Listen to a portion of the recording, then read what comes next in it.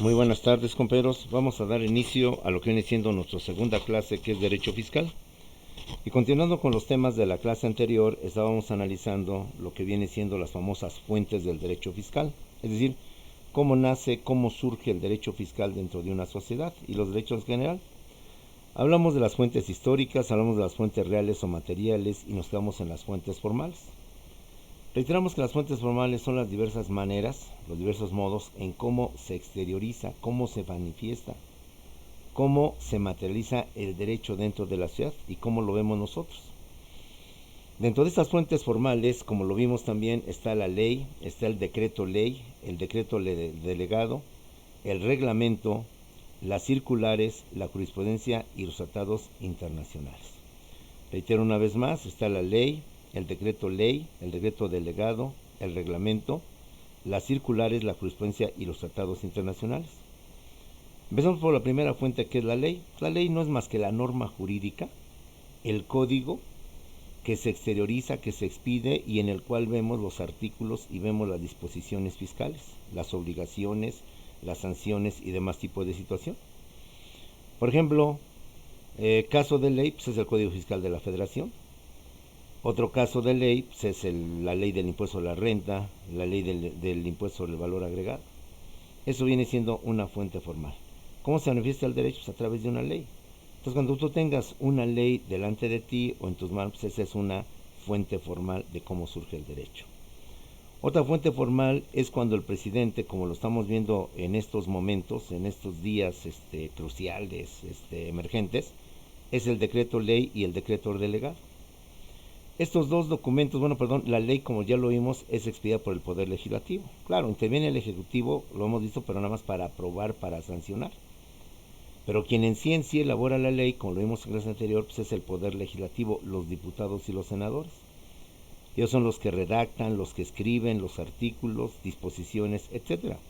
El Ejecutivo pues sí hará algunas modificaciones, pero él en sí nada más lo que hace es sancionar. El decreto ley y el decreto delegado, así como los reglamentos y las circulares, pertenecen al Poder Ejecutivo.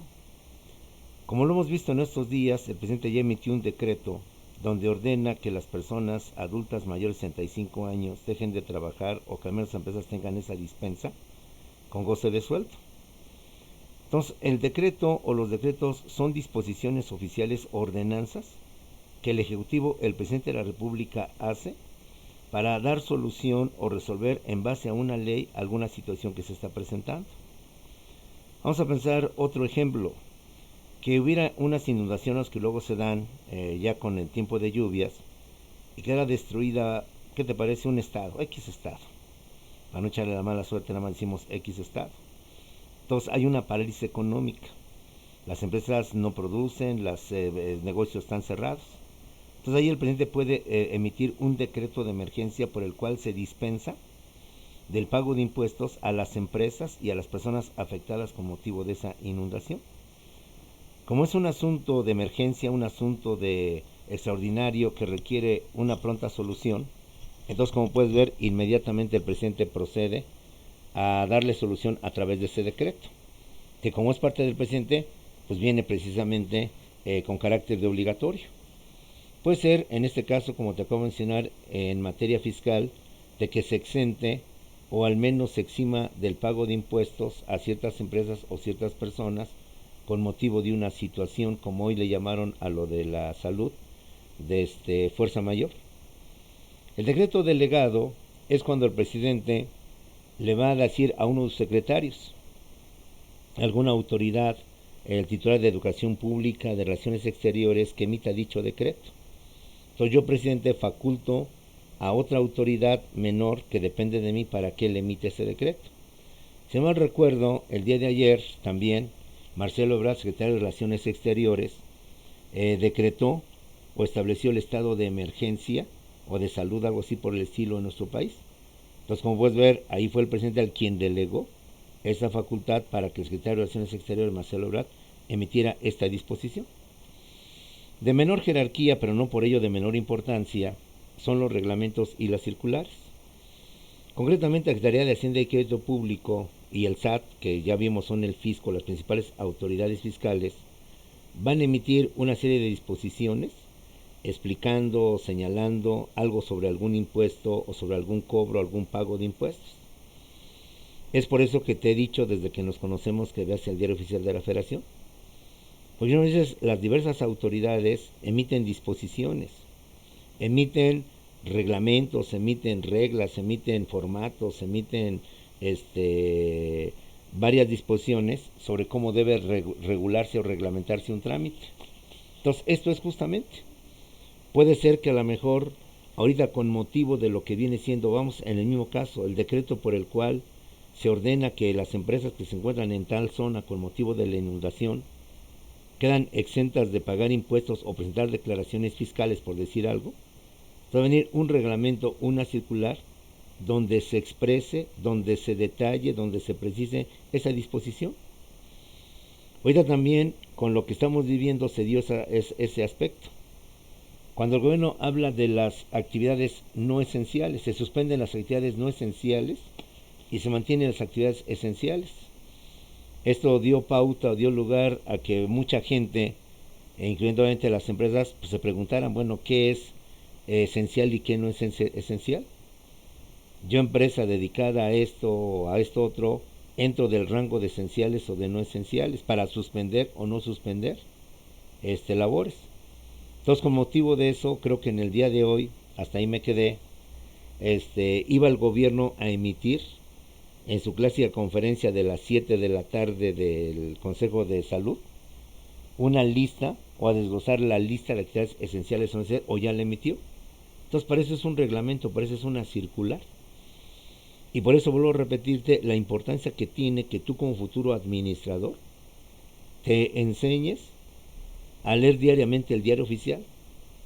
Vuelvo a repetir, quizás ahorita a lo mejor no le entiendas o no captes tú la importancia de tal decreto, tal acuerdo, tal ley o tal reglamento, lo que tú quieras, por parte de Hacienda, por parte de Economía, por parte de la Secretaría de la Defensa, por parte de lo que tú quieras. Pero con el tiempo vas a ir entendiendo mejor esto y vas mejor comprendiendo y vas a estar sobre todo muy actualizado de todo lo que el gobierno cambia, modifica y que debemos nosotros de acatar y obedecer. También recuerdo ahorita que la Secretaría de Marina y la Secretaría de la Defensa y la Secretaría de la Marina emitieron un plan DN no solamente para efectos de inundaciones, de terremotos que ya existe, sino para efectos de salud, como es el caso de ahorita, donde hospitales tanto del Ejército como de la Marina han quedado a disposición de los civiles para que en caso necesario ahí también se pueda atender a pacientes o enfermos del COVID. Entonces, ese reglamento o esa circular, pues nosotros debemos, no solamente como empresarios, como personas, saberlos. Recuerdo ese principio jurídico que existe, que la ignorancia de las leyes no exime de responsabilidad y del cumplimiento a las personas. Que no puedo argumentar como defensa mía que yo no conocía esa ley, que yo no sabía que existía esa ley, que jamás me había enterado que existía tal disposición. Máxime que en nuestro nivel, bueno, en el caso tuyo, nivel universitario, estudiante de licenciatura, difícilmente podías acreditar o comprobar esa situación. Sobre todo que la disposición dice que solo en casos de extrema ignorancia y suma pobreza, de suma ignorancia, perdón, y extrema pobreza, se eximirá de tal responsabilidad.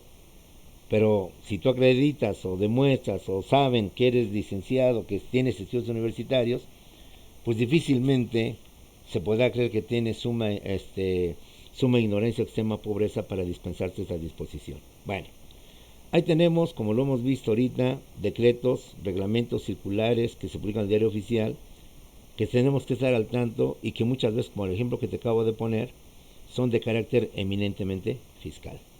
Checa, por tanto, las disposiciones en la Secretaría de Hacienda y Crédito Público y en las del SAT. Ahí está la clave para encontrar. Ejemplo, difícilmente encontrarías algo en la Secretaría de Reforma Agraria, difícilmente encontrarías algo en la Educación Pública, porque cada secretaría, de acuerdo a su competencia, va a emitir los acuerdos que correspondan a lo que son sus funciones. Bueno, tenemos también la jurisprudencia. La jurisprudencia es una fuente eminentemente del Poder Judicial que solo emiten los juzgados y los tribunales o los jueces.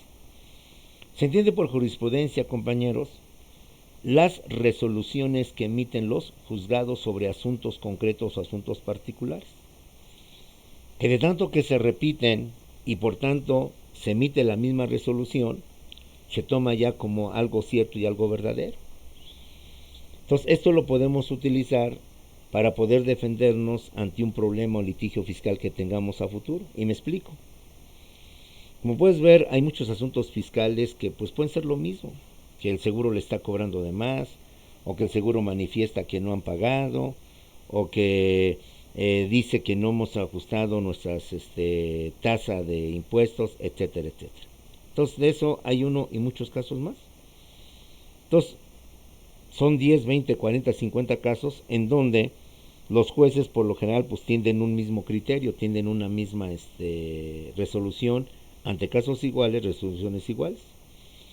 Entonces, ese conjunto de resoluciones en el mismo sentido, en la misma solución, ante un caso de igual manera, se le llama jurisprudencia. Y eso es lo que constituye esta otra fuente. Los abogados y tú como administrador a futuro podrías apoyarte en este tipo de resoluciones para decir, respecto del problema que te planteó Tribunal Fiscal de la Federación, o Procuraduría Fiscal de la Federación, o Hacienda o SAT, ya hay jurisprudencia, ya hay resoluciones en el sentido de que yo tengo la razón porque ha habido otros casos antes que el mío que se han resuelto de esta manera. Para eso sirve la jurisprudencia. Reitero, la idea no es que seas abogado, tú eres administrador o el futuro es ser administrador. Pero esto no implica que no seas ajeno al mundo jurídico para que más o menos lo visualices y lo entiendas para cuando tu abogado o el departamento jurídico de tu empresa te explique o te diga, pues tú lo mismo, sabes que no es cierto, si es cierto, o al menos no tan fácilmente nos puede, como decimos coloquialmente, nos lleva al baile. Por último, otra de las fuentes son los tratados internacionales. Tratados internacionales, pues tú bien sabes, su nombre lo dice, son los acuerdos que México suscribe con otros países en materia fiscal, bueno, en todas las materias. Pero, por ejemplo, en materia fiscal, vamos a pensar que México llega a un acuerdo en donde las empresas, por ejemplo, Kentucky, por ejemplo, McDonald's, que son empresas gringas, empresas de Estados Unidos, tengan aquí y por tanto generen riqueza. Vamos a hacer un convenio sobre determinar en dónde van a pagar más impuestos aquí en México por estar trabajando en nuestro territorio y estar generando riqueza en nuestro territorio, o ahí en donde ellas pertenecen, que son Estados Unidos. Hacemos un convenio internacional, un tratado internacional sobre coordinación del cobro de impuestos a las empresas transnacionales. Un ejemplo. Y de esta forma es como se maneja el derecho fiscal o se manifiesta el derecho fiscal en lo que siendo nuestro país. Bueno, hasta ahí a grandes rasgos todo lo relacionado con la legislación fiscal, con las leyes y con lo que viene siendo la forma en cómo se crean y la forma en cómo se manifiestan las leyes fiscales. Vamos a regresar a un tema, dado que se nos ha ampliado nuestras clases en línea, con motivo de la ampliación de la cuarentena o del plazo para evitar que esto se propague. Regresemos a los impuestos. Recordemos que los impuestos es la principal fuente de ingresos que tiene el Estado para sus finanzas públicas y para poder dar servicios y obras públicas a la sociedad que necesita. Y de eso habíamos platicado y hablábamos que los sujetos del impuesto son dos, el sujeto activo y el sujeto pasivo, es decir, el fisco y los contribuyentes o los causantes de los impuestos. Entonces, esto creo que no hay ningún problema en ese sentido. Pero los impuestos, compañeros, también tienen otros elementos, que son, aparte del sujeto activo y del sujeto pasivo que ya hemos estudiado, lo que se conoce como el objeto del impuesto o el objeto de la imposición, tercer elemento. El cuarto elemento es el hecho generador del impuesto, o también llamado el hecho imponible. El cuarto elemento es el hecho generador del impuesto o el hecho imponible. El primero es el objeto del impuesto. El segundo es el hecho generador del impuesto o también llamado hecho imponible. El quinto elemento es la base imponible o la base del impuesto. Y el siguiente elemento, el sexto elemento es la tasa o cuota tributaria. La tasa o cuota tributaria.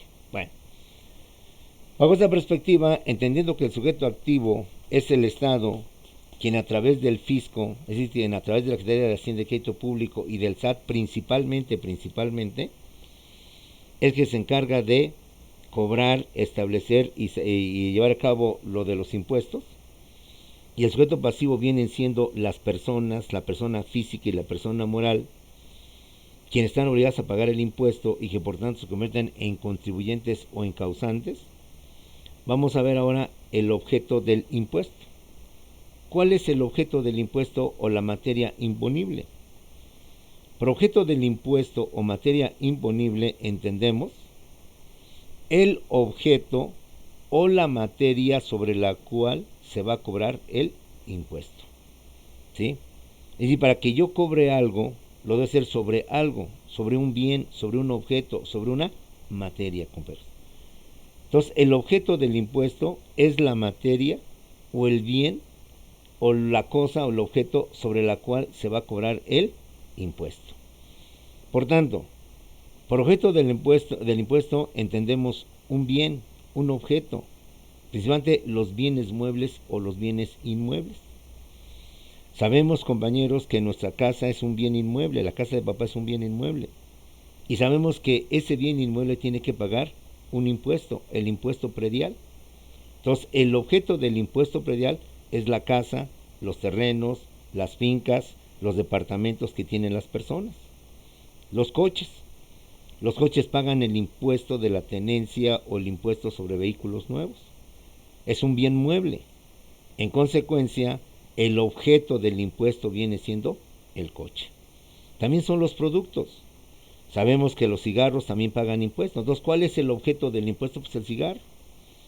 ¿Cuál es el objeto del impuesto? Pues las bebidas alcohólicas. Algunos productos que el gobierno grava, que el gobierno les impone esta carga y a través de ellos es como se van a cobrar impuestos. Otro más son las utilidades, las ganancias, la renta que obtienen las personas, los sueldos, por ejemplo, lo hemos dicho, también son objeto de impuesto. Ese es el objeto del impuesto, el sueldo, el salario que percibimos. Y como le he dicho, cuando tú vayas a contratarte a una empresa y te digan aquí vas a ganar 5,000, bueno, tú diles 5,000 netos o menos impuestos. Porque una cosa es que te van a dar una cantidad, pero sobre esa cantidad te van a quitar un impuesto, el impuesto a la renta, el impuesto al producto del trabajo. Entonces, como ves, ese es el objeto del impuesto, la materia sobre la cual vamos a cobrar un impuesto. El capital, un premio. Si tú ganas un premio de lotería, como lo hemos visto en clases anteriores, entonces, ¿qué es lo que vamos a grabar? Pues el premio. El premio mayor de la lotería de los 100 millones de pesos que te vamos a grabar y te vamos a dar, en lugar de 100 millones, 80 millones. ¿Sí? Bueno, ese es el objeto del impuesto o la materia imponible. El segundo elemento es el hecho imponible. Como puedes ver, en el objeto imponible se habla de un objeto, de una cosa, de algo material. El hecho imponible más bien se refiere al acto o actividad que se realiza y sobre la cual se va a cobrar un impuesto. Hecho imponible, hecho significa hacer, significa conducta, significa actividad. Entonces, el hecho imponible es el acto o la actividad sobre la cual se va a cobrar también un impuesto. ¿Sí? En este caso, ¿cuál sería un ejemplo de hecho imponible? Pues los actos de consumo. Si cuando consumimos en algún lugar algo, pues entonces lo que se va a consumir es esa actividad, es ese hecho que estamos llevando a cabo, que estamos realizando en un momento determinado. ¿Sí? Bueno, vayámonos con la base imponible, que también no confundas la base imponible con la cuota tributaria o la tasa tributaria, como quieras llamar. ¿Qué es la base imponible? La base imponible es el valor del bien, el valor del hecho sobre el cual se va a determinar el impuesto, se va a cobrar el impuesto. Ejemplo, ¿cuánto vale ese coche? Estoy ejemplificando, 30,000 pesos, 60,000 pesos. Pues esa es la base imponible. Entonces, sobre ese valor de los 20,000, 60,000 pesos, yo voy a establecer una tasa y te voy a cobrar ese impuesto. El coche vale 20,000, la casa vale 140,000 pesos. Entonces, esa es la base imponible. El costo de lo que viene siendo o el valor del bien o del hecho que se va a cobrar sobre el impuesto. Y la tasa o cuota tributaria, tributaria es el complemento a la base imponible. ¿Por qué? La tasa o cuota cuota tributaria es el porcentaje que se va a cobrar sobre el valor del objeto, sobre el valor de la base imponible. Esto es, si el coche vale 20,000 pesos, le vamos a aplicar una tasa del 10%. Entonces el impuesto va a ser el 10% del valor del coche.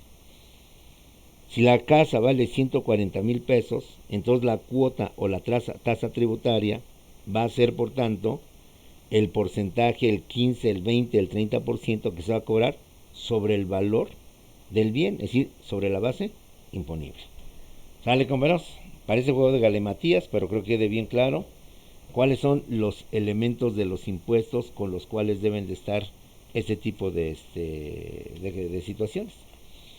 Cabe también aclarar sobre los impuestos, que ya lo hemos dicho, es la fuente principal de ingresos del Estado de las finanzas públicas, su diferencia con los derechos. Porque si recordarás, el impuesto lo definimos como una prestación, y el derecho lo definimos como una contraprestación. Es decir, el impuesto es una prestación, es un cobro que nos hace el Estado, y el derecho, los derechos, son contraprestaciones o pagos que se hace el Estado. ¿Por qué decimos que el impuesto es una prestación? Porque a cambio del pago que vamos a hacerle al gobierno, no recibimos nada a cambio de forma directa, de forma personal. Yo pago mis impuestos, una prestación, pero no recibo nada a cambio de forma directa o de forma personal. Entiendo que el gobierno, cuando construye una carretera, un hospital, una escuela, me está regresando mis impuestos a través de una obra, pero no de forma directa. ¿Sabes que aquí está la escuela que querías, que está la calle que querías? No. Simplemente el gobierno lo invierte para todos. Entonces, por eso es una prestación. ¿Por qué los derechos son contraprestaciones? Porque aquí sí, a cambio del pago que yo le hago al Estado, el Estado me da un servicio o me da algo a cambio. O sea, sí lo recibo de manera directa, de manera personal, y no como el impuesto que no lo recibo nada directamente. Ejemplo, cuando voy al registro civil y le pido al registro civil que me expida una copia certificada de mi acta de nacimiento, acta de matrimonio, cualquier documento oficial, el gobierno me va a decir, pues son 70, 80 pesos de derechos, paga tus derechos y te expido tu constancia o tu documento, tu copia certificada, perdón. Entonces, como puedes ver, en este caso yo pago, pero también recibo como contraprestación mi copia certificada. Ahí sí recibo algo directamente, de forma personal, de forma directa, y por tanto eso es un derecho. ¿Sale? Hay diferencia entre los derechos y lo que vienen siendo los famosos impuestos. Los impuestos recibo algo, pero compañeros, no de manera directa, de manera personal, sino que los recibo cuando el gobierno hace una obra, cuando el gobierno construye un hospital, indirectamente lo recibo. En cambio, en los derechos, en los pagos de derechos, hago el pago al gobierno, pero sí recibo algo directamente, personalmente, en mi beneficio, para mí. Bueno, vamos a otro tema, compañeros, y el tema que vamos a manejar el día de hoy es la clasificación de los impuestos. Hay varios criterios bajo los cuales se clasifican o se establecen los impuestos. Vamos a ver algunos de ellos, no todos, los principales. ¿Sí? Hablamos de los impuestos directos y de los impuestos indirectos. Una primera clasificación es la que habla de impuestos directos y habla también de impuestos indirectos. ¿Sí? ¿Cuáles son los impuestos directos?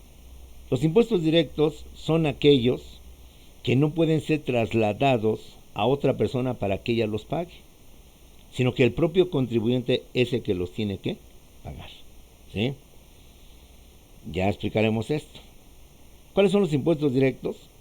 Son aquellos que no podemos trasladar a otra persona para que los pague, sino que el propio contribuyente es el que tiene que realizar el pago, compañeros. Ejemplo, el impuesto predial. ¿Quién paga el impuesto predial? Pues el dueño de la casa, el propietario de la casa.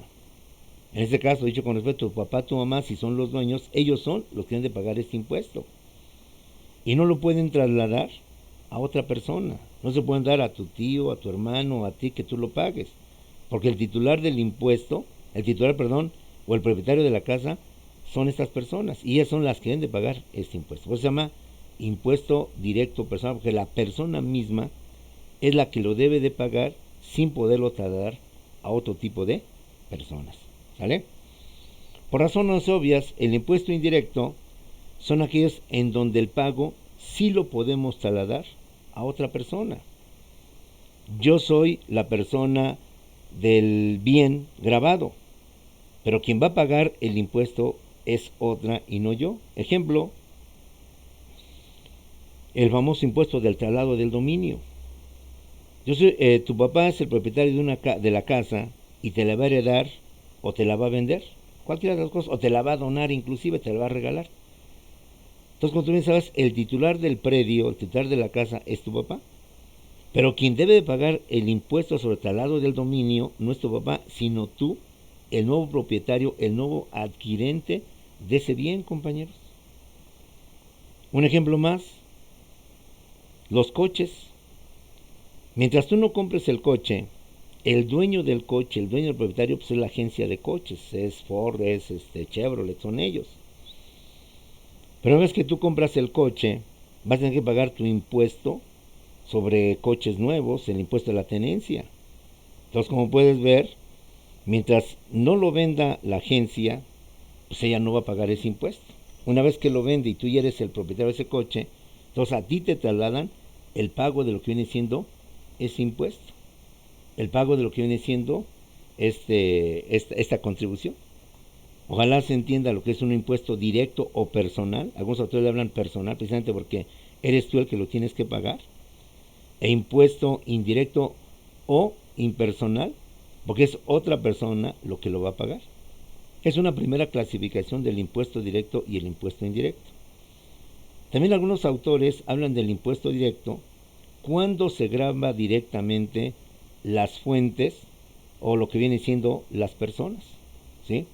Cuando se afecta directamente los ingresos de las personas, su capital, su patrimonio, sus ganancias. Es un impuesto directo.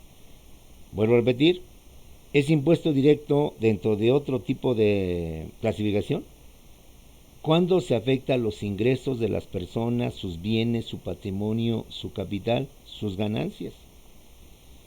Ejemplo, lo tenemos el impuesto sobre la renta. El impuesto sobre la renta es el impuesto que pagamos sobre nuestros sueldos, sobre nuestros salarios, sobre nuestras ganancias. El impuesto sobre el patrimonio, el impuesto de las sucesiones. ¿Sale? Bajo esta misma temática, el impuesto indirecto es el que grava no a las personas, sino que grava el consumo. Y el ejemplo típico del consumo, es decir, por la compra de artículos, de mercancías, es el IVA. El IVA, más que gravar a la persona que compra, está gravando el producto, la mercancía. Y cada mercancía tiene ahí un 15, un 10, un 8% de gravamen. Entonces, en este caso, más que gravar a la persona, está gravando el consumo, es decir, la compra del producto o de la mercancía que estamos llevando a cabo. Y el ejemplo, como te he dicho, pues lo tenemos precisamente en lo que viene siendo el famoso impuesto del IVA. ¿Sale? Bueno, otra clasificación más que tenemos de lo que vienen siendo los impuestos es la que habla de los impuestos reales y de los impuestos personales. ¿Sí? ¿Cuáles son los impuestos reales y cuáles son los impuestos personales? Personales. Los impuestos reales son los que gravan los bienes y propiedades de las cosas, son los que gravan a las propiedades y a los objetos de las personas. Es decir, no van a gravarte a ti por tu actividad, porque eres empresario, porque eres obrero, eres trabajador, sino que tienes una casa, tienes un coche, tienes cosas en las cuales se va a gravar. Son reales porque los impuestos van a gravar los objetos, las propiedades, las cosas que tienen las personas. ¿Sale? En cambio, los impuestos son personales porque van a gravar, compañeros, lo que vienen siendo las condiciones o características personales del contribuyente. Si eres inversionista y por tanto estás dentro del mercado de valores, por ser inversionista y por ser propietario de grandes cantidades de dinero, te van a gravar por esa condición de inversionista. Si es una persona que te dedicas a trabajar, obrero, empresario, y ganas por ello un salario, un sueldo, ganas por ello unos honorarios, entonces los van a gravar. Entonces es en base a tus condiciones personales. Recordemos, los obreros reciben un salario y por ello les descuentan. Los empleados reciben un sueldo y por ello también les descuentan. Los profesionistas reciben un pago que si bien ni se llama sueldo, se llama salario, pero se llama honorarios y por ello también debe pagar sus impuestos. Los funcionarios públicos, entendido por esto el presidente, los diputados, senadores, presidentes municipales, gobernadores, es decir, los altos funcionarios, también reciben un pago. Pues ese pago ni se llama sueldo, ni se llama salario, ni se llama honorario, se llama dieta. Que al final es lo mismo, pero pues para darle distinción entre el pago de una persona a otra persona, pues le dan esos diversos nombres. Pero todos en conjunto, sea cual sea el rango que tengas, desde obrero hasta presidente de la República, vas a tener que pagar impuestos. ¿Por qué? Por tus características o por tus condiciones personales, más no por lo que tienes, más no por lo que posees, más no por tu coche, tu casa, sino por tu actividad, en este caso empresarial, inversionista, trabajador, obrero, etcétera, etcétera, ¿sí? Y los impuestos reales pues son los que afectan a los bienes, a los objetos, a las cosas. El impuesto sobre los coches, el impuesto sobre los cigarros, sobre la gasolina, el impuesto social sobre el teléfono. Como puedes ver, sea quien sea el dueño, sea quien sea el propietario, yo a quien voy a gravar, pues es el objeto, es el bien, es el impuesto real sobre el cual vamos a pagar. Claro, como puedes ver, hay impuestos que son directos, pero que pueden ser reales, o impuestos son directos, pueden ser también personales. Ya es otro tipo de meternos un poquito más en cuestiones de todo esto. Bueno, otro tipo de impuestos, o mejor dicho, otra clasificación de los impuestos, es en razón de la actividad o cosa grabada. Bueno, ya más o menos hablamos de lo que vienen siendo los famosos impuestos reales. Tenemos también una última clasificación que habla de los impuestos con fines fiscales y los impuestos con fines extrafiscales o no fiscales. Algunos autores llaman así, extrafiscales o no fiscales. Bueno, ¿cuáles son los impuestos fiscales? Los impuestos fiscales son los que tienen por objeto justamente recaudar los ingresos que el Estado requiere, que necesita para satisfacer las necesidades de la gente, de la población.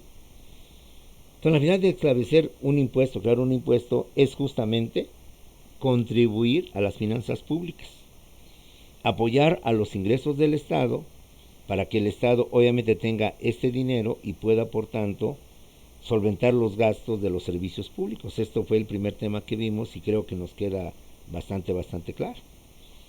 Quizás no estemos de acuerdo con esto, que a mí de mi salario me quitan cierta cantidad, que a mí por ganarme un premio de la lotería me quitan cierta cantidad, pero la esencia del impuesto hay que entenderla para poderla comprender y no ser tan radicales y ser tan extremistas.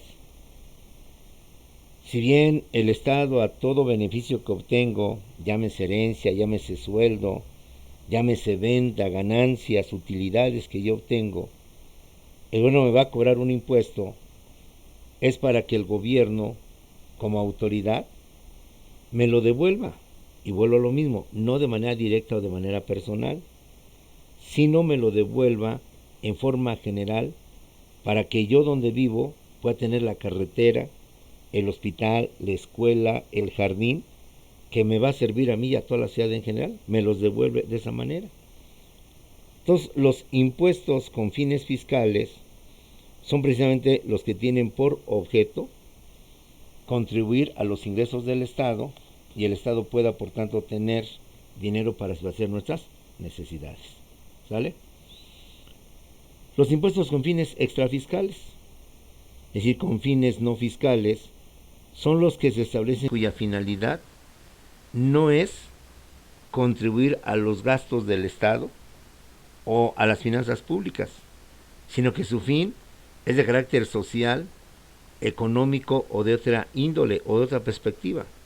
¿Sí? Se recauda dinero no necesariamente para financiar las obras y los servicios públicos que requiere el pueblo o la nación, sino para otros fines, llámense de carácter social, de carácter turístico, incluso de carácter militar. Y aquí viene el ejemplo del famoso impuesto sobre la tenencia de los vehículos, y recordemos otra vez su historia, compañeros. El impuesto sobre la tenencia de los vehículos no existía. Este impuesto se dio con motivo de las Olimpiadas que México organizó en 1968 en el gobierno de Gustavo Díaz Ordaz. Toda Olimpiada, como tú bien lo sabes, requiere de instalaciones deportivas, estadios, unidades habitacionales, gimnasios deportivos, en donde los deportistas, más que los turistas ya es otra cosa, tipo de situación de la infraestructura, del sector privado y del gobierno, pues tengan donde competir. Entonces México tenía que modernizar sus instalaciones, el Estadio Olímpico de Seúl, el Estadio Azteca y varios estadios más que los tuvo que modernizar, los tuvo que renovar para que fueran estadios de primer mundo, con pasto, con butacas, con sanitarios, con vestidores, todo lo que requiere este evento mundial. También se tenía que tener una unidad habitacional propia para los deportistas. Es decir, iban a venir cientos o quizás miles de deportistas de todos los países del mundo. Difícilmente, imposible, pues que según sus condiciones o sus recursos, se hospedaran en hoteles del Zócalo, en hoteles de tal colonia o tal lugar, no. Hay y se tiene que concentrar en una llamada Villa Olímpica, es decir, una unidad habitacional destinada exclusivamente a todos los deportistas para que ahí puedan habitar y vivir mientras duran los Juegos Olímpicos, y de tal manera tengan un solo camino de la Villa Olímpica a sus estadios, de los estadios a la Villa Olímpica, independientemente de seguir como turistas, conocer México, pero al menos la idea es pues tener acceso directo a los estadios sin cortapisas o sin problemas para poder llegar a ellos. México tiene que construir la Villa Olímpica que está por allá por CEU, por allá por el Pedregal, por la zona sur de nuestro país. Entonces, como puedes ver, es un gasto, es un dinero que no se tenía previsto, al menos dentro de los ingresos ordinarios que ya vimos del Estado. Porque el Estado, como he visto, planea su ley de ingresos, sus presupuestos de egresos.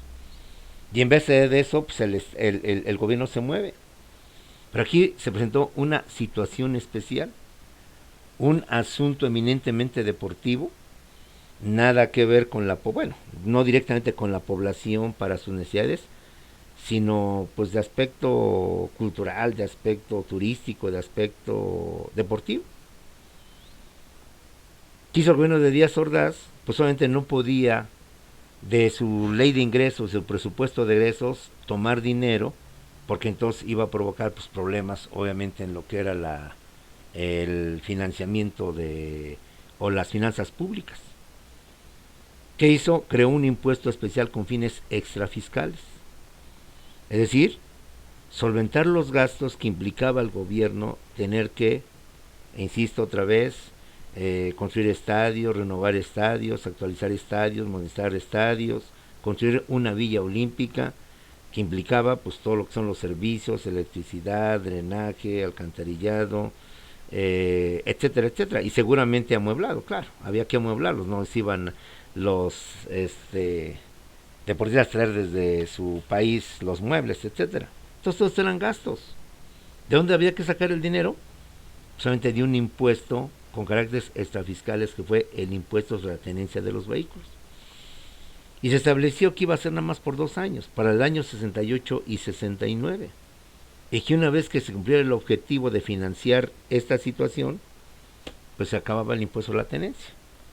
Pero los gobiernos, el de Díaz Ordaz 68 termina en el 70, y luego viene el de Echeverría y demás gobiernos, pues ven que hay una buena fuente, una buena fuente y fuerte ingreso, pues ya lo dejó y lo dejó como definitivo y actual. Hoy hablan de que ya no existe, que hoy está nada más ¿cómo llaman? El referéndum. Pero pues al final es lo mismo, o sea, llámese impuesto, llámese referéndum, es tener que pagar para que usted pueda manejar su coche y pueda circular su coche sin ningún problema, independientemente de la verificación, que ya es otra cosa. Ahí sería más bien el pago de derechos por el servicio que da el gobierno para certificar que tu coche está en óptimas condiciones. Entonces, como puedes ver, el gobierno por donde quiera obtiene dinero, por donde quiera saca dinero. Que repito, la finalidad es muy buena, es positiva, es correcta, es válida y debemos de cumplirla, y como vimos en clase anterior, la misma Constitución nos ordena que es obligación de los ciudadanos mexicanos contribuir a los gastos públicos, a las finanzas públicas. Todo eso es correcto y no nos debemos de enojar.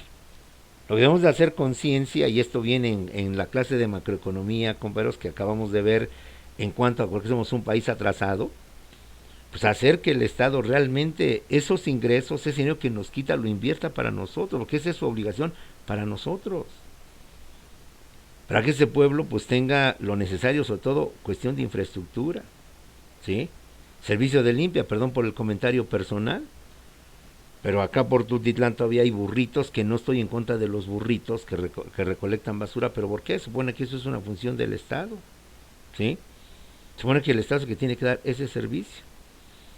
En los condominios o condóminos, ya ahí la luz que se consume para los andadores, para los estacionamientos del condominio, llaman por cuenta de los condóminos y ya también tenemos que pagar parte de eso. Pues supone que pues debe de ser parte del Estado. Claro, aquí hay mucha discusión sobre qué es propiedad privada y qué es propiedad pública, etcétera, etcétera, pero en esencia es eso. Otro dato más, no se te olvide, que algún día vas a ver.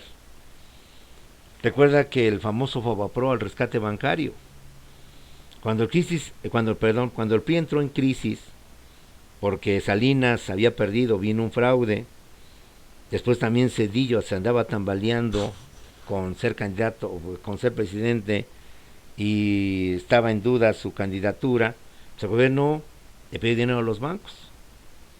Los bancos dieron dinero para que el PRI siguiera manteniéndose, pues ya sabes, compra del voto, regalos para que la gente votara por el PRI. Al final los bancos se descapitalizaron, se quedaron sin dinero. Entonces el gobierno tuvo que regresarles al banco el dinero que les había prestado. Pero entonces el gobierno se quedó otra vez con déficit presupuestario. ¿Qué es lo que hizo Zedillo y demás? Pues hacer que la deuda pública se convirtiera en deuda, la deuda privada, de unos cuantos era en deuda pública. Y por tanto se estableció que ahora los mexicanos tenemos que pagar esa deuda privada. Entonces, como ves, ahí tenemos otro tipos de impuestos. Y ahorita se me viene otro a la mente. Imagina, Dios quiera que no, que México entrara en guerra. Obviamente la guerra no la tenemos prevista. Sí tenemos un presupuesto para la Secretaría de la Defensa Nacional, un presupuesto para la Marina, que incluye adquisición de equipo, adquisición de armas, modernización de armamento, de equipo militar, todo lo que tú quieras. Pero eso lo visualizan para efectos y etapas pacíficas, etapas de paz. Pero una guerra implica mayores gastos. Entonces aquí, por ejemplo, hablaremos de un ingreso extrafiscal, un impuesto extrafiscal, un impuesto que tiene por objeto recaudar fondos para modernizar o para aumentar el presupuesto de la Secretaría de la Defensa y de Marina para la defensa de nuestro país. Quizá ahorita con el coronavirus, que Dios quiera que no, vamos a pensar que esto se aletargara y Dios quiera que no tenga voz de profeta, sino nada más como ejemplo. Si tuviera que echar mano de más recursos, ya el gobierno ha manifestado que ha dado bastantes recursos a la Secretaría de Marina, a la Defensa, al sector salud para solventar este problema. Incluso sus programas sociales de becas a la gente adulta discapacitada ya la adelantó por 4 meses. Vamos a pasar a casos extremos que tocamos madera, Dios no quiera, llega a haber mayor cantidad de mortandad o mayor cantidad de contagiados y obviamente de muertos como está pasando en España, en Italia, en la misma China o en Estados Unidos, se va a ver obligado a tener más recursos, más dinero para atender esta problemática. Entonces, una forma es siendo un impuesto extrafiscal. Otra forma, lo vimos en clase anterior y aquí es lo importante, pues puede el gobierno tan sencillo incrementar los derechos de las autopistas. Ya no te cobro el peaje por la autopista México-Pachuca, no sé cómo está, pero ejemplifico, 30 pesos, ahora te subo a 60. El gobierno fácilmente obtiene más ingresos. El IVA ya no lo cobro en 15 o 16%, lo subo al 30% o al 25%. O sea, el gobierno obtiene fácilmente dinero. Pero sería para un caso especial, para una situación especial que se está presentando. Entonces, como ves, ahí tenemos otro tipo de impuestos. ¿Sale? También cabe aclarar lo siguiente. Si ahorita te has dado cuenta, inclusive salió la disposición, hay otra vez la importancia de estar al tanto del diario oficial, porque los periódicos sí, dan la noticia, pero es eso, dan la noticia, la información. Pero el conocimiento de la noticia solo lo encuentras en el diario oficial de la Federación. Que también, como aclaramos o vimos en otras veces, ese es el periódico oficial del gobierno federal, Pero los estados, que también tienen a su gobernador y tienen también a su secretario de Estado, pues ellos también emiten disposiciones. Entonces, cuando se trata del Estado, no se puede llamar periódico oficial para que no haya confusión. Se llama Gaceta Oficial del Estado de México, Gaceta Oficial de la Ciudad de México, Gaceta Oficial X o Y. ¿Sí? Es el que ya habíamos visto y para efectos de tu trabajo que te he estado pidiendo, las gasolinas. Según en estos días de la semana pasada y de esta semana, se anunció que en 23 estados de la República Mexicana la gasolina está vendiendo en 13 pesos o menos a 13 pesos. Que por el rumbo de Tlalpan decían que la gasolina se estaba dando promedio de 7 pesos. Es decir, mucho más baja de lo que está. Esto me ha dado pauta, yo te invito a que tú me hagas lo mismo, a que lo cheques, o sea, no nada más te conformes con escuchar la noticia, no nada más te escuches con escuchar lo que el maestro te dice, los maestros te decimos, sino que aplícalo. O sea, la vida profesional no empieza cuando tú trabajas, la vida profesional empieza desde el momento en que inicias tu carrera de licenciatura. Yo espero que al igual que tú, pues me he estado fijando en las gasolineras y pues no.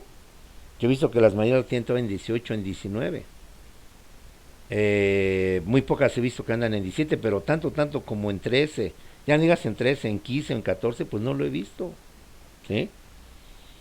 Eso también habla de lo que vimos hace rato en macroeconomía, de que la falta de interés por la problemática social, económica que vivimos en nuestro país. Estamos viendo un problema de salud con problemas o consecuencias sociales, económicas, lo que tú quieras.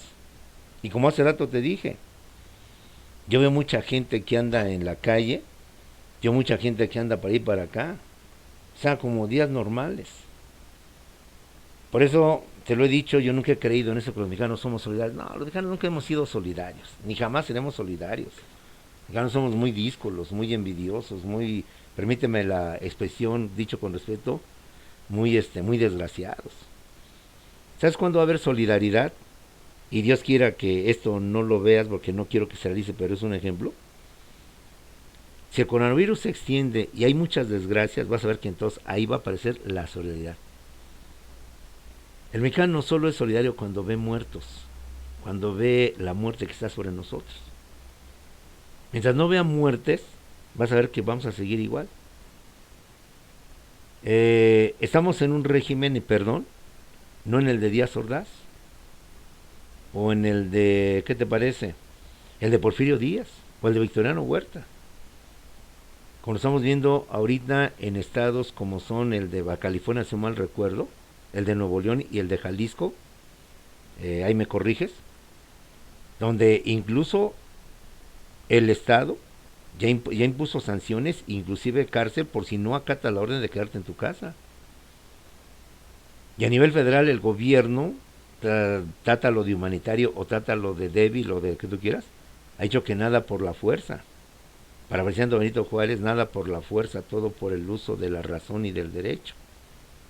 Pero ve que la gente no está acatando, no estamos acatando. Yo estoy ahorita acá, tú me dirás, usted es un hablador, hace lo mismo. Bueno, por cuestiones técnicas y de ignorancia andamos en esta situación. Pero créeme que ahorita también lo que hago con mi familia es limitar, no siendo que yo estoy cumpliendo al 100%. Pero no veo esa solidaridad que pide el presidente y vuelvo a lo mismo. Sí hay solidaridad en México, pero solo cuando hay muerte. Y te lo he dicho a ti, lo he visto en grupos. Nuestros grupos son pequeños, esto no demerita, al contrario, ensalza. Pero en grupos grandes donde yo he estado, pues no. Yo he visto en cada grupo grupitos, nunca he visto unión de grupos. Y te vuelvo a repetir, cuando ha habido muertes que me ha pasado de algunos alumnos en escuelas, todos se ponen muy tristes, se ponen muy sentimentales y uff, olvídate. Están que casi lloran, se desgarran por dentro. Pues si cuando vi a esa persona que murió, nunca la hablaban, era su enemigo, la veían mal, hablaban mal de ella, etcétera, etcétera, pues no está esa solidaridad. Ojalá, Dios quiera, ahora sí me equivoque en mis pronósticos de Simón Nostradamus y realmente se vea la sociedad, pero por el momento, a pesar del orden del gobierno, no he visto quédate en tu casa, tampoco quiero que haya calles vacías, pero como han dicho, o sea, salgan lo indispensable, lo necesario. Ahorita me acordé de otra cosa más, ahí va otra tarea, es sencillita, no te me espantes, no te me espantes. Ya se ha manejado que en algunos lugares de la Ciudad de México o de cualquier lugar, la gente se ha panicado y está haciendo compras de pánico, es la redundancia. Es decir, van y compran y dejan los centros comerciales sin nada de mercancía. No que sean los saqueadores, que es otro tema que están dando, sino la situación de que porque ya no vamos allá a la calle, compro todos los víveres para todo esto. Bueno, esta situación del pánico que provoca que las gentes abarroten y compren todo y dejen desabasto en los centros comerciales va a provocar un problema económico. ¿Qué problema económico de los que hemos visto o macroeconómicos que hemos visto puede provocar esta situación cuando la gente compra y provoca desabasto de mercancías? Ahí te lo dejo para que en tus trabajos que vas a entregar me pongas eso, que el problema macroeconómico que va a provocar inconscientemente, o que obviamente la gente no lo hace con conocimiento de causa, lo digo con respeto por ignorancia, va a provocar un fenómeno mayor. ¿Cuál es ese fenómeno que tú y yo estudiamos en clases anteriores? ¿Y por qué? Y dime por qué. ¿Sale? Bueno. Y también el otro, analiza, compañeros. Muy bien. Ahorita tenemos que el tipo de dólar subió y está dicen por ahí, escuché que ha subido como nunca en un periodo de 25 años. Desde hace 25 años no había subido el dólar a los niveles que hoy ha subido, cerca de 26 pesos. Pero paradójicamente, el petróleo se vino para abajo. Según el gobierno federal, lo había cuantificado muy bajo en $48 el barril de petróleo. Y según esto, a lo que vas a ver también mi error, el barril del petróleo ahorita anda por los 11 y los $12. O sea, mucho menos de lo que el gobierno cuantificó. Hay otro problema para las finanzas públicas. Visualiza este problema, compañeros, y cómo se solventaría en caso de que tú estuvieras en ese nivel o en esa situación, compañeros. ¿Vale? Bueno, con eso termino la parte de lo que viene siendo la clasificación de los impuestos. Una clasificación teórica, una clasificación doctrinaria, pero que es de vital importancia que tú y yo la conozcamos, máxime que tú a futuro vas a trabajar, vas a tener algún negocio y vas a tener que pagar una gran cantidad de impuestos, entonces ve viendo qué impuestos son los que habrías que pagar o qué impuestos son los que tu empresa estaría sujeta. Vamos con otro tema vinculado con los impuestos, que es los principios de los impuestos o de las contribuciones.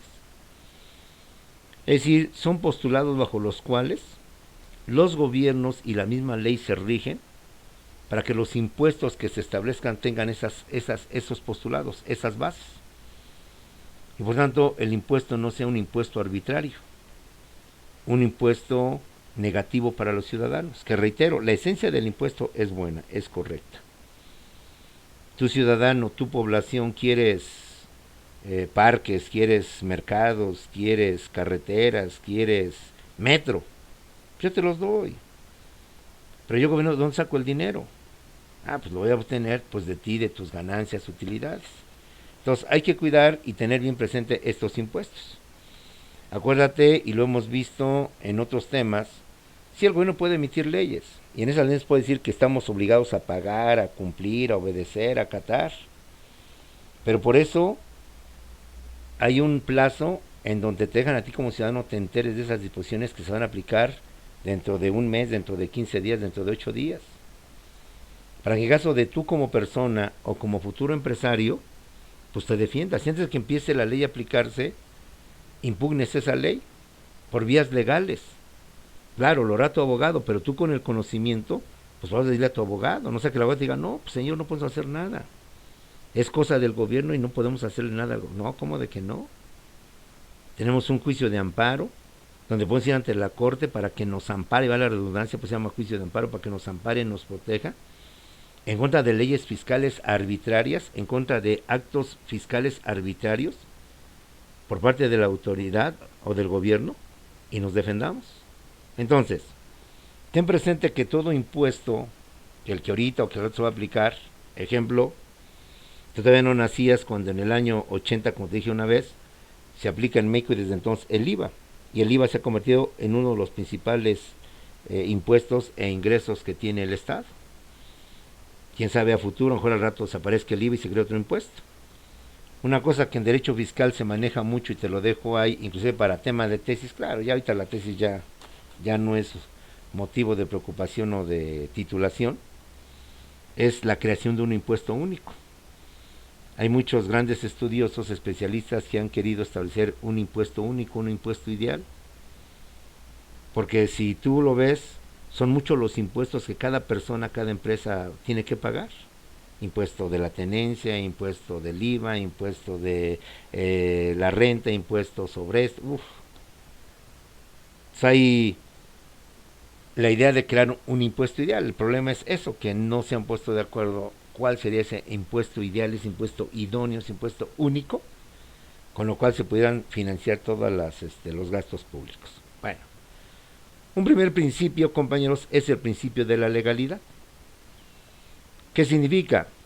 Que todo impuesto, para que sea válido y por tanto pueda ser cobrable, es que debe estar establecido, consignado por una ley, compañeros. No hay impuesto que se cobre si no está establecido en una ley. Por tanto, si no hay ley que no lo establezca, no procede el pago del impuesto. Entonces, como puedes ver, aunque no eres abogado ni pretendo que seas abogado, tenemos que conocer un poquito de leyes para el caso de que me digan, es que licenciado hay que pagar este impuesto. Permítame, ese impuesto no lo conozco, ¿qué ley lo establece? Oigan, no conozco ese cargo que tengo que hacer. ¿De dónde sacó usted ese impuesto? A ver. Entonces, primer principio, todo impuesto para ser válido y por tanto para que tengamos que pagarlo, debe estar establecido previamente y con anticipación en una ley. Impuesto que no está en ninguna ley simplemente no es pagable y no puede por qué pagarse. Primer principio. Segundo principio, principio de la generalidad, o como algunos autores le llaman, de la famosa universalidad. ¿Y cuál es el principio de la generalidad o de la universalidad?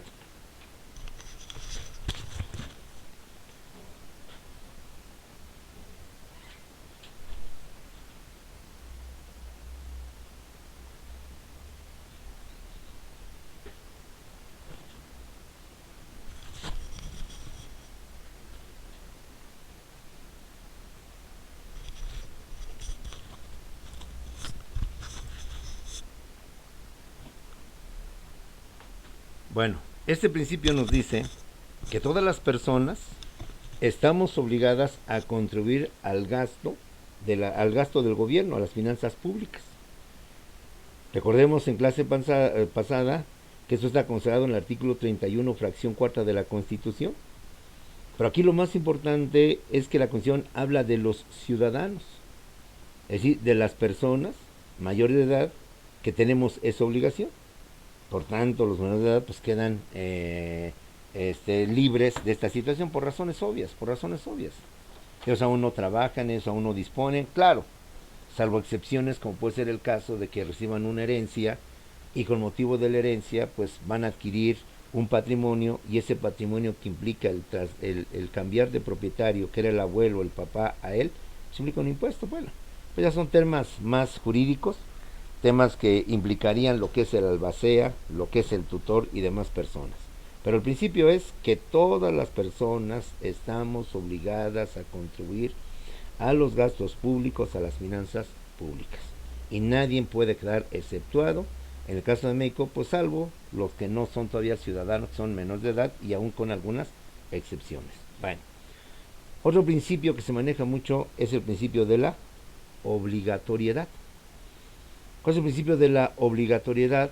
Pues que todas las personas tenemos la obligación, compañeros, ¿sí?, de cumplir con lo que establezcan las leyes, con lo que nos maneje lo que viene siendo la autoridad. Una cosa es que todos debemos de cumplirlo, general, es decir, la población, y otra cosa es que además de que todos debemos de cumplirlo, estamos obligados a tener que cumplir. Si se complementan los dos principios, por aquello de que a lo mejor se confundió o es lo mismo, no, no es lo mismo. La realidad es que todas las personas que están dentro de lo que establece la ley, sin excepción, lo debemos de pagar. Y la segunda es que no son las personas, sino que estamos obligados. Como un principio que hay que entenderlo no solamente jurídico, ¿sí?, porque la ley nos lo impone, porque la autoridad nos obliga, sino como un principio moral, que como personas que vivimos en una sociedad y como personas civilizadas que pertenecemos a un país, pues tenemos ese deber. No tanto porque el gobierno me castiga o me multa o me confisca o me embarga, sino que al formar parte de una sociedad, pues es lo que yo debo de cooperar para que esa sociedad sea viable, sea una mejor convivencia y podamos manejar todo eso. Los que hemos vivido en condominios o unidades habitacionales, sabes que qué difícil es ponernos de acuerdo sobre si ponemos una cisterna, sobre si ponemos unos juegos mecánicos, bueno, sí mecánicos, columpios, pues resbaladilla para los niños, sobre si pintamos las banquetas, sobre si plantamos árboles. Nunca faltan los que no, es que ustedes quieren sacar dinero, los que ustedes, etcétera, etcétera. Es más, siente poner un portero, un vigilante en las puertas, entradas principales del conjunto, qué difícil es. Todos van a cooperar con 20, no, es mucho dinero, somos tantos, etcétera. Entonces, compañeros, no solo es la imposición del Estado, no solo es la obligación que nos dice la ley, sino el deber moral, el deber ciudadano, que tú debes desde ahorita ir manejando, ir creándote para formar parte de una sociedad pues, que requiere de todos. Y en el caso de los impuestos, pues es eso. Lo único que te pido es que a futuro tú como gente adulta, gente padre de familia con mayores responsabilidades, como directivo empresario, sepas exigir y sepas reclamar y sepas pedirle a tu gobierno que realmente los impuestos los está manejando como debe ser, como debe de actuar, y no los está llevando como se manejaba para las residencias de los políticos corruptos, para cosas personalizadas. Bueno, otro principio que se maneja en este sentido es el principio de vinculación con el gasto público. Es decir, salvo el caso de los impuestos con fines extrafiscales que ya mencionamos, lo de la Olimpiada, lo de caso de guerra, todo impuesto, toda contribución que nos imponga el Estado es justamente para financiar el gasto público, es justamente para apoyar a lo que viene siendo las finanzas del gobierno, los ingresos del Estado, que reitero, se van a rezar hacia nosotros con servicios públicos, con calidad de servicios públicos, con mejora en lo que viene siendo nuestra infraestructura, alcantarillado, drenaje, panteones, no sé cuántas cosas más. Entonces, ese principio hay que tenerlo presente, que todo impuesto debe estar vinculado, íntimamente relacionado con el gasto público, con las finanzas del Estado, ¿sí? Un principio más es el principio de la proporcionalidad. ¿Eso qué quiere decir? Es algo muy justo y muy correcto. Que todo impuesto debe ser acorde, compañeros, acorde a la capacidad o a la solvencia económica que tiene la persona. De tal manera que habrá que cobrar impuestos, pues según la capacidad económica o la solvencia económica de la persona. De esta manera se establece ese principio que establece quien más gana, pues más paga. Quien menos gana, menos va a pagar impuestos. Y no podemos a tabla rasa, a todos cobrarles, por ejemplo, la misma tasa. Todos por impuesto a la renta van a pagar el 20% sobre sus ingresos, sí, pero no es lo mismo percibir 20,000 pesos al mes que percibir 3,000 pesos al mes. A todos tabla rasa, imagínate cómo queda el del 20%, cuánto va a quedar por tanto de su salario íntegro, pues nada. Por eso se establecen también muchas veces que los que tienen cierto tipo de salarios mínimos están exentos de todo impuesto. A sabes ganar poco tiene sus virtudes el no pagar impuestos. Las empresas, por ejemplo, que son nuevas, que apenas inician, también están exentas de pagar impuestos.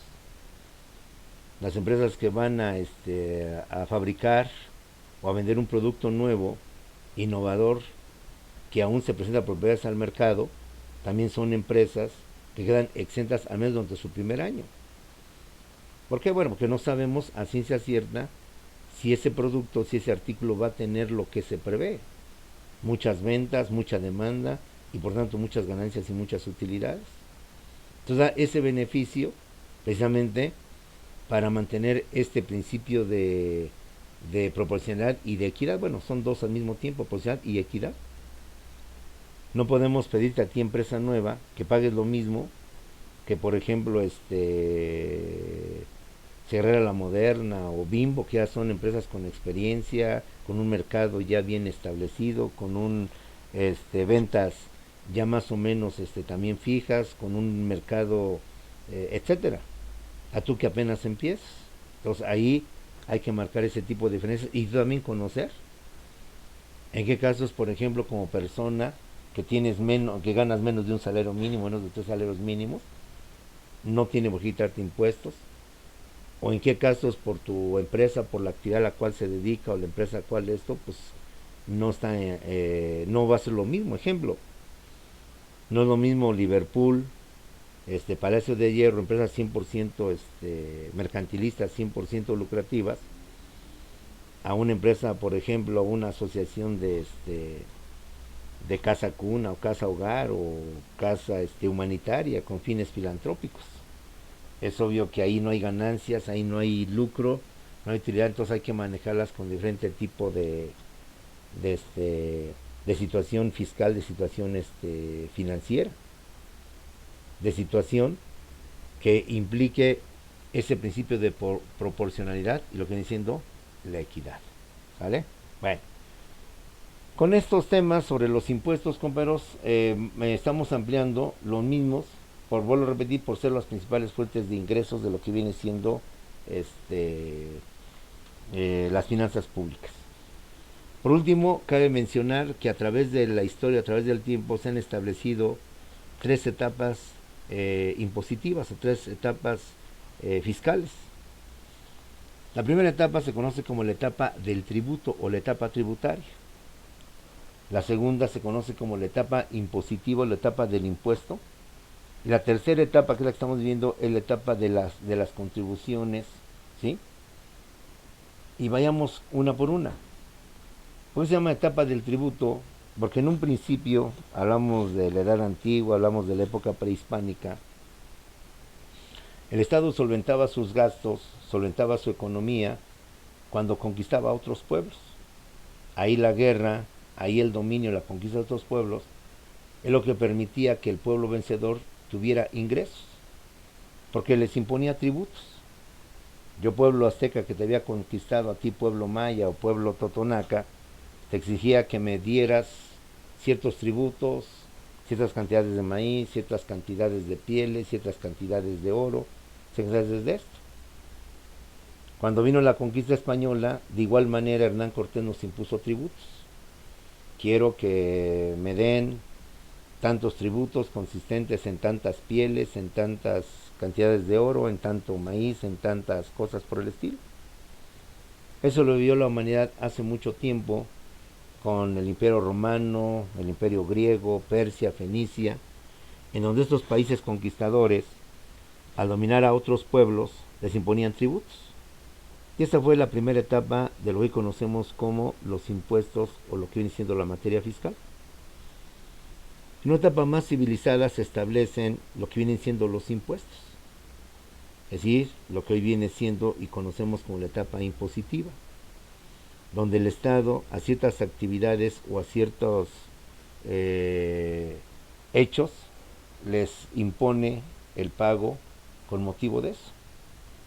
Suben los primeros impuestos, impuesto a la renta, impuesto al producto, impuesto al consumo y demás tipos de situaciones. Y actualmente lo queremos hacer más, pretende hacer más personalizado, que es la etapa de las contribuciones. Por ejemplo, las contribuciones de mejoras que hacemos muchas veces que van el municipio, ¿sabe qué? Vamos a poner una carretera, vamos a poner esto, pero necesitamos que usted contribuya, que usted apoye. En algunos lugares alejados, hablamos de la sierra, hablamos de lugares distantes de los centros urbanos o metropolitanos, el Estado pone, o el gobierno pone los insumos, pone la grava, pone el cemento, pone la varilla, y los habitantes de esos lugares poblados, como impuesto, como contribución, ponen la mano de obra. De esta manera se compensa entre contribuyente y Estado. Yo, Estado, pongo el insumo que tú, ciudadano, te es imposible comprar toneladas de cemento, toneladas de grava, etcétera, y tú pones la mano de obra y tú te encargas de hacer la carretera con cemento hidráulico como hoy se está acostumbrado, se está estilando. De esa nos apoyamos. El Seguro Social, el ISSSTE y todas estas instituciones de salud nos piden contribuciones, es decir, los pagos o las cuotas patronales que por medio de nuestra empresa aportamos a estas instituciones. Y esas instituciones de forma directa, de forma profesional, nos dan esos servicios de salud, servicios médicos. Desde la atención médica hasta las medicinas, incluyendo hospitalización, incluyendo operaciones o intervenciones quirúrgicas, independientemente de análisis o estudios como radiografías o mastografías que requiere el paciente. Es más, y en algunos casos, hasta lo que son los famosos aparatos ortopédicos o los implementos necesarios con motivo de la rehabilitación de la persona lesionada, accidentada o persona después de una operación. Entonces ahí, como puedes ver, el pago al Seguro Social, el pago al ISSSTE, pues es un pago más directo que nos va a permitir a mí, bueno, a nuestra familia y a ti como titular, pues tener esos beneficios. Entonces esa es la idea de que a futuro los impuestos sean más directos, más personales, más claros.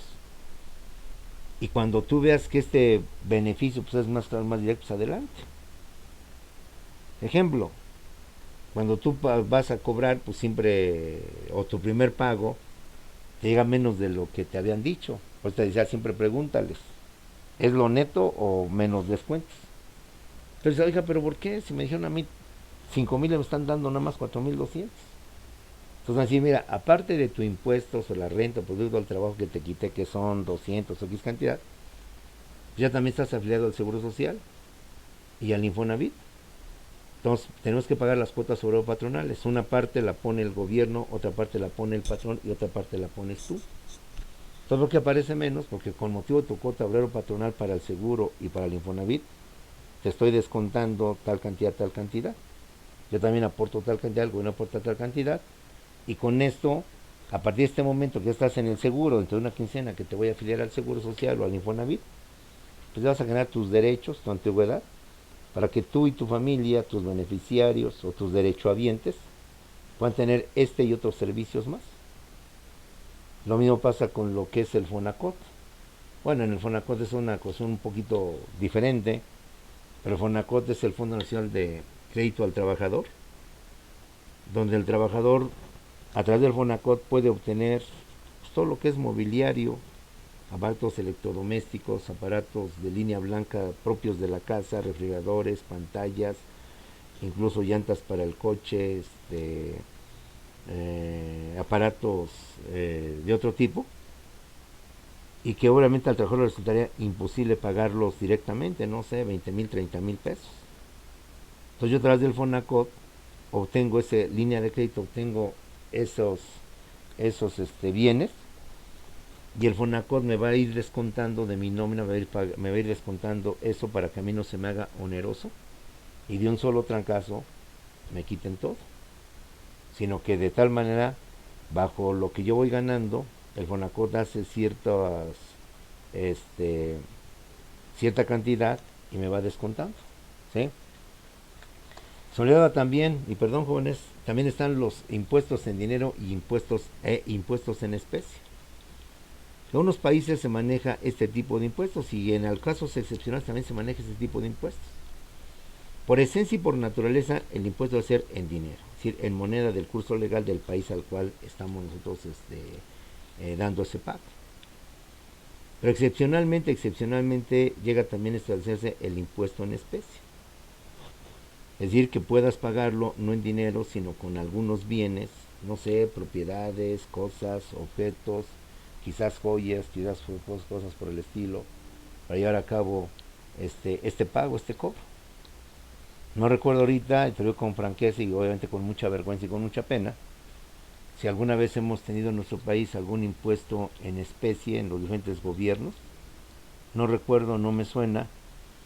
Solamente en la etapa tributaria, como lo acabamos de ver, o te lo acaba de decir, sí se manejó este tipo de... Pues más que impuesto es tributo. Porque el tributo más bien eran pagos en especie. Repito una vez más, tantas pieles, tantos animales, tantas cantidades de granos de maíz, de otro tipo de situaciones.